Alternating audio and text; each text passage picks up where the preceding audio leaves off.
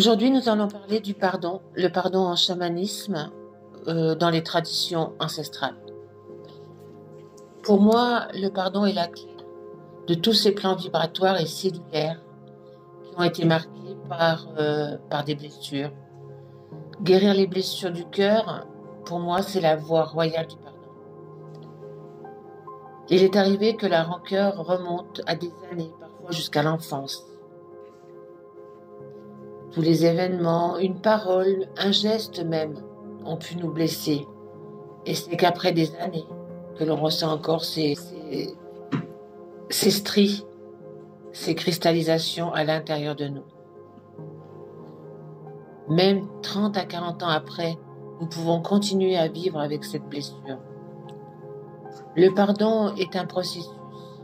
C'est un processus qui s'accomplit à chacun son rythme, doucement mais sûrement.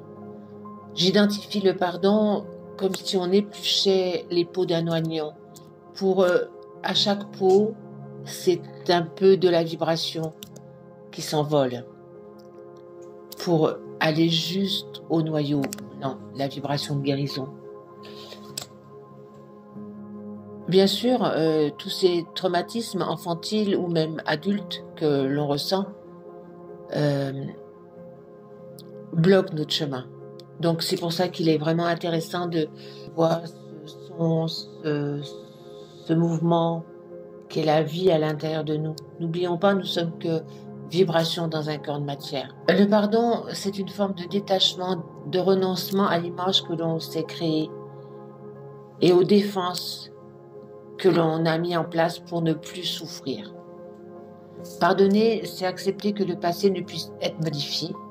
Tout simplement, déjà, la première étape. C'est arrêter autour de cette blessure, c'est arrêter les spéculations sur ce qui aurait été différent selon notre propre agissement. Et là, on va pouvoir commencer un petit lâcher-prise. Accepter que le passé ne puisse être modifié. Après, c'est le temps qui va nous permettre de cicatriser la blessure. Non, de ne pas l'oublier, mais de la cicatriser. Pas que ces blessures creusent chaque jour un sillon dans notre cœur. Et la haine ne doit pas prendre ancrage dans la blessure. La haine, c'est une goutte d'encre sur un papier buvard. Elle se propage et elle noircit après toutes nos couleurs, mais les nôtres. La rancœur nous rend malade mentale ou même physique. À mesure que le temps passe, il faut comprendre et apprendre que la capacité à trouver le pardon est la vertu qui nous rendra notre dignité et notre plus grande liberté. N'oublions pas que nous sommes la moitié de chaque chose que l'on regarde. Cependant, le pardon ne doit pas être obligatoire. Il n'est pas non plus un gage de guérison, car le pardon s'adresse à l'impardonnable bien souvent. Emprunter un chemin long et quelquefois douloureux. Souhaiter pardonner n'est pas suffisant pour réussir. Naturellement, l'homme est bien trop souvent enclin à la haine et à la vengeance. Pardonner, ce n'est pas faire preuve de faiblesse. Libérer son moi, ce qui nécessite le passage par plusieurs étapes. La première étape, c'est, je dirais, arrêtons de souffrir. Il ne peut y avoir de processus de pardon tant que l'offense n'a pas cessé. Donc, quand la victime est paralysée par la violence, la douleur qui empêche la réflexion, l'accueil, il reste donc que la mentalisation comme processus de ressources. Vous êtes en premier lieu invité à sortir de la violence, fuir pour se mettre en sécurité. Et là, je m'adresse à toutes les femmes qui auraient pu être blessées par la violence d'un compagnon, d'un parent. La toute première étape, vous êtes invité à sortir de violence. Fuir cette violence pour vous mettre en sécurité. Le processus du pardon n'empêche pas le dépôt de plainte, bien au contraire. La reconnaissance du statut de victime par la justice est importante. On se donne le droit de désigner son bourreau cela ne dispense pas du pardon. Bien au contraire. C'est seule la victime peut se pardonner. Seule la victime peut pardonner. La part de responsabilité de ses choix d'actes. Non, c'est le pardon qu'on se fait à soi-même. À soi-même d'avoir vécu cela. À soi-même de ne pas avoir eu la force peut-être pour réagir avant. À soi-même de ne pas avoir été capable d'accepter cette violence. La deuxième étape pour moi, c'est se reconnaître, conscience de sa souffrance. Il ne faut pas l'occulter, mais il faut apprendre à la ressentir.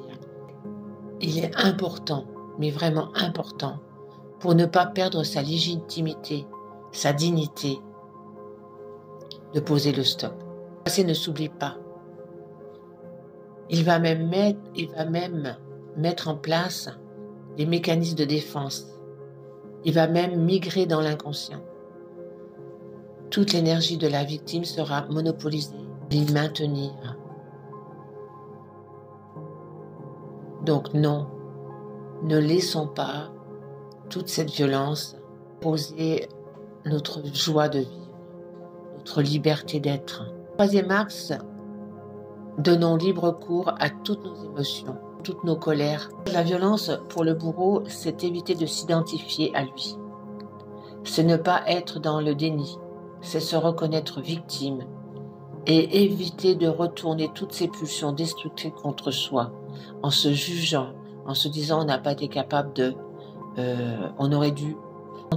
Quand exprimer sa colère à son agresseur est impossible, moi je vous invite à tenir un journal, à écrire une lettre pour sortir tout ce qui a été douloureux à l'intérieur de nous. Je voudrais vous adresser carrément à un thérapeute qui peut vous aider, qui peut prendre du temps pour vous aider. N'oublions pas que les meilleurs thérapeutes ont toujours tout expérimenté. On ne peut enseigner que ce qu'on a traversé soi-même. Donc oui, j'ai pas honte de peur que je l'écris, je les ai vécus. Et aujourd'hui, je peux aider mon prochain. Je ne les ai pas oubliés, mais je les ai cicatrisés, ces blessures. Et j'ai pu en parler avec mon agresseur, en parler en toute liberté.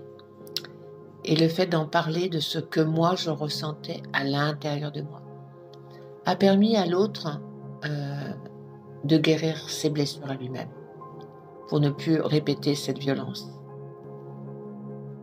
Et puis surtout, je vous invite à cesser de croire que vous êtes responsable. Vous blâmer de ne pas avoir été assez costaude pour rendre coup pour coup ou mot pour mot. Et ça avait laissé à l'intérieur de moi un gouffre béant.